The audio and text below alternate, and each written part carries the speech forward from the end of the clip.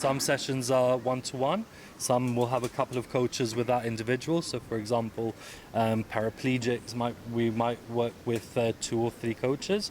And for others, we might work in groups. So it very much varies on the group and again on the conditions on the day.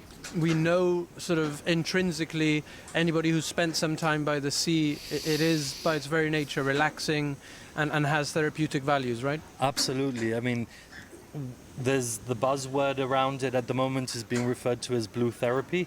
There is a lot that the ocean offers. A lot of the individuals that come down are, for example, non-verbal. And what we've found is that when in the water or when surfing a wave, some words and some sounds will come out and communication happens beyond the spoken. There is, like with most sport, the release of endorphins and dopamine as well that happens. And it doesn't take a scientist to work out that coming down, being in the elements and being out there in nature is really, really quite healing and therapeutic in itself. I'm really inspired and impressed to see how Gibraltarians are accessing our services.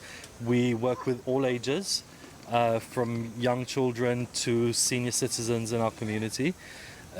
Really, there isn't a specific demographic. We've got groups of teenagers, groups of young people, as well as senior citizens that will come down, and often we blend and mix the groups together. So we might see, for example, a younger participant helping an older participant with movement of a board, or in the water kind of encouraging them, and then vice versa. I mean, today we saw some of the younger participants a bit overwhelmed with the waves, and the older participants encouraging them and sort of jumping the waves with them.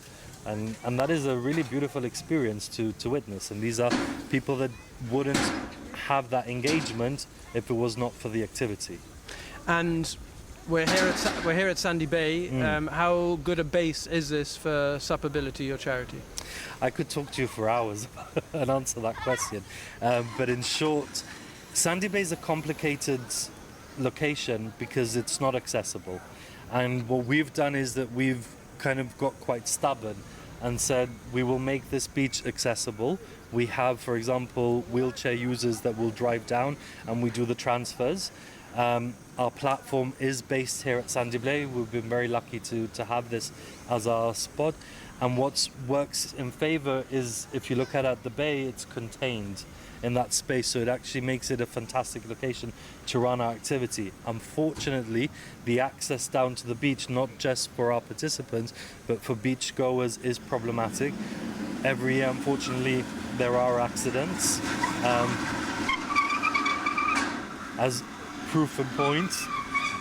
But we like to remain positive, we like to remain optimistic, and we think that things will happen. We just need to keep reminding those that can make it happen that the beach, as well as everything in life, should be accessible to all.